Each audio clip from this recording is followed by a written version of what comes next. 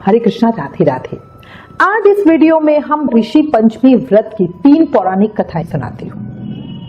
भाद्रपद मास के शुक्ल पक्ष की पंचमी तिथि को ऋषि पंचमी कहा जाता है। इस दिन व्रत किया जाता है। ऋषि पंचमी के व्रत की एक और सबसे खास बात यह है कि इस व्रत में किसी देवी देवता की पूजा नहीं की जाती, बल्कि इस दिन विशेष रूप से सप्त ऋषियों का पूजन किया जाता है। ऋषि पंचमी व्रत कथा। अब आपको ऋषि पंचमी व्रत की व्रत कथा सुनाती हूँ। भविष्य पुराण में एक कथा का उल्लेख मिलता है जिसमें बताया गया है कि विदर्भ देश में उन्तक नामक एक सदाचारी ब्राह्मण रहता था।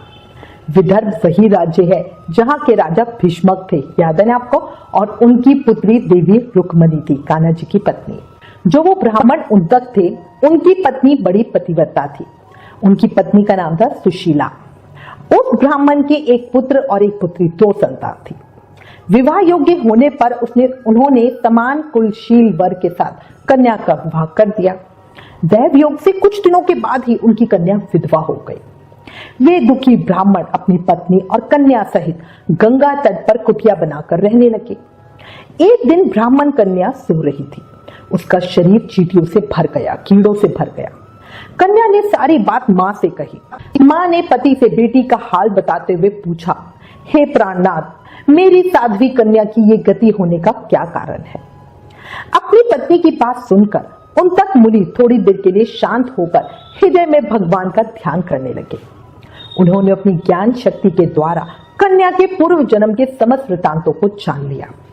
तब वो अपने नेत्रों को खोलकर बोले, हे प्रिय, ये कन्या अपने पहले जन्म में भी एक ब्राह्मणी थी। उस समय इसने रासवाला होते हुए भी एक समय घर के घड़े आदि बर्तनों को छू लिया। उसी पाप के कारण इसके शरीर में कीड़े पड़ गए। इसने शुद्ध होने के बाद अपनी सखियों के साथ ऋषि पंचमी व्रत को देखकर भी उसका आदर नहीं किया था। व्रत के दर्शन के प्रभाव से तो इस जन्म में इसको उत्तम ब्राह्मण कुल तो प्राप्त हुआ, परंतु उस व्रत का तिरस्कार करने के कारण इसके शरीर में कीड़े पड़ गए हैं। शास्त्रों के अनुसार रास वाला स्त्री का कार्य करना निषेध है, परंतु इसने इस बात पर ध्यान नहीं दिया और इसे अब उसका दंड भुगतना पड़ रहा है।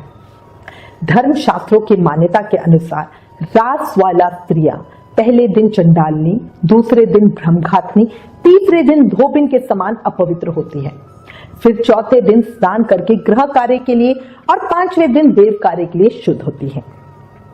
यदि वो शुद्ध मन से अब भी ऋषि पंचमी का व्रत करे तो इसके सारे दुख दूर हो जाएंगे और अगले जन्म में इसे अटल सौभाग्य की प्राप्ति होगी। अब पिता की आज्ञा से पुत्री ने विधि पूर्वक ऋषि पंचमी का व्रत और पूजन किया। व्रत के प्रभाव से उसके सारे दुखों से मुक्त हो गई। अगले जन्म में उसे अटल सौभाग्य सहित अक्षय सुखों का भोग मिला। बोलो ऋषि पंचमी व्रत की जय, सप्त ऋषियों की जय। ऋषि पंचमी व्रत की दूसरी कथा।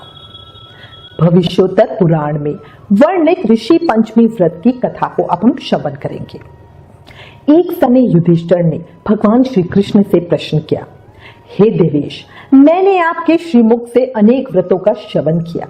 अब आप कृपया करके पापों को नष्ट करने वाला कोई अन्य उत्तम व्रत सुनाए। राजा के इन वचनों को सुनकर श्री कृष्ण बोले, हे राजेंद्र, अब मैं तुमको ऋषि पंचमी का उत्तम व्रत सुनाता हूँ, जिसको धारण करने से स्त्री समस्त पापों से छुटकारा प्राप्त कर लेती है। हे नित्योत्तम, पूर्व समय में वृतासुर का व्रत करने के कारण इंद्र के उस पाप को 4 स्थानों में बांट दिया गया। पहला अग्नि की ज्वाला में, दूसरा नदियों के बरसाती जल में, तीसरा पर्वतों में और चौथा स्त्रियों के रज में।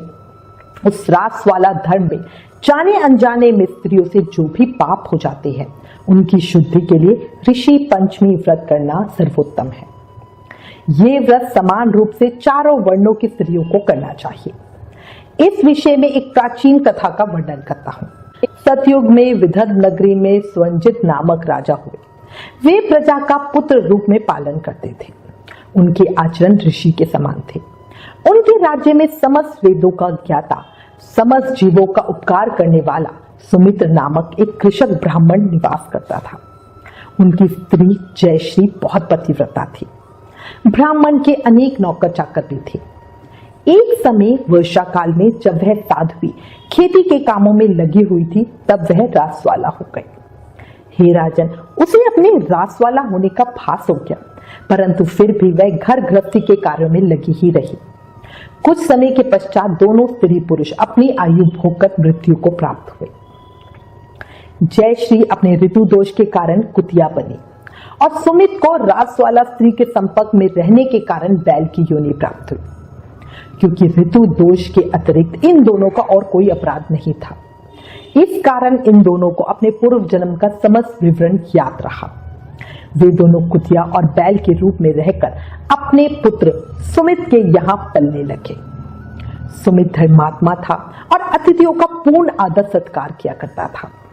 अपने पिता के श्राद्ध के दिन उसने अपने घर ब्राह्मणों को जिमाने के लिए नाना प्रकार के भोजन बनवाए। एक सर्प ने आकर रसोई के बर्तन में विष उलेट दिया। सुमित की मां कुतिया के रूप में बैठी हुई ये सब देख रही थी। उसने अपने पुत्र को ब्रह्म हत्या के पाप से बचाने की इच्छा से उन बर्तनों को स्पर्श कर लिया। सुमित की पत्नी से कुतिया का यह कृत्य सहन नहीं किया। उसने एक जलती लकड़ी कुतिया को दे मारी। वह प्रतिदिन रसोई में जो जूठन आदि शेष रहता था उस कुतिया के सामने डाल दिया करती थी, किंतु उस दिन क्रोध के कारण वह भी उसने नहीं दिया। तब रात्रि के समय भूख से व्याकुल वह कुतिया अपने पूर्व पति के पास आकर बोली, हे नाथ, आज मैं भूख से मरी जा रही हूँ। वैसे तो रोज ही मेरा पुत्र खाने को देता था, मगर आज उसने कुछ नहीं दिया। मैंने सांप के विष वाले खीर के बर्तन को ब्रह्म हत्या के भय से छूकर भ्रष्ट कर दिया था। इस कारण बहू ने मारा और खाने को भी नहीं दिया। तब बैल ने कहा, हे भद्रे, तेरे ही पापों के कारण मैं भी इस योनि में आ पड़ा हूँ। बोझ ढोते ढोते मेरी कमर टूट गई है। आज मैं दिन भर खेत जोतता रहा। मेरे पुत्र ने आज मुझे भी खाना नहीं दिया और ऊपर से मारा भी खूब। मुझे कष्ट देकर श्राद्ध को व्यर्थ ही किया है। अपने माता पिता की उन बातों को उसके पुत्र सुमित ने सुन लिया।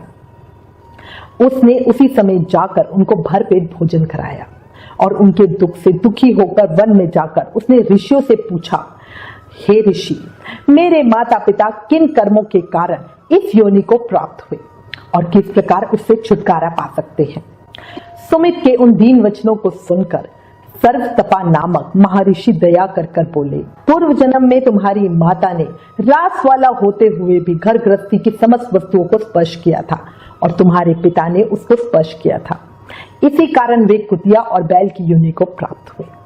तुम उनकी मुक्ति के लिए ऋषि पंचमी का व्रत धारण करो। भगवान श्री कृष्ण बोले, हे राजन, महर्षि सर्वतपा के इन वचनों को सुनकर सुमित अपने घर लौट आया और ऋषि पंचमी का दिन आने पर उसने अपनी स्त्री सहित उस व्रत को धारण किया और उसके पुण्य को अपने माता पिता को दे दिया। उस व्रत के प्रभाव से उसके माता पिता दोनों ही पशु योनि से मुक्त हो गए और स्वर्ग को चले गए। जो स्त्री इस व्रत को धारण करती है वह समस्त सुखों को पाती है। इसलिए जो स्त्री श्रद्धा पूर्वक ऋषि पंचमी का व्रत करती है वह समस्त सांसारिक सुखों को भोगकर बैकुंठ में जाती है। ऋषि पंचमी व्रत की तीसरी कथा। कहा जाता है, महाभारत काल में अभिमन्यु की पत्नी उत्तरा के गर्भ पर अश्वत्थामा के प्रहार से उसका गर्भ नष्ट हो गया था। इस कारण उत्तरा द्वारा इस व्रत को किया गया, जिसके बाद उसका गर्भ पुनः जीवित हुआ और हस्तिनापुर को राजा परीक्षित के रूप में उत्तराधिकारी मिला। राजा परीक्षित अभिमन्यु और उत्तरा के पुत्र थे। पुनः जन्म मिलने के कारण इन्हें गर्भ में ही द्विज कहा गया था। इस तरह इस व्रत के पालन से उत्तरा गर्भपात के दोष से मुक्त हुई। इस प्रकार दोषों की मुक्ति के साथ साथ संतान प्राप्ति एवं सुख सुविधाओं की प्राप्ति सौभाग्य के लिए भी इस व्रत को किया जाता है। इस व्रत का महत्व जानने के बाद सभी स्त्रियों को इस व्रत को जरूर ही करना चाहिए।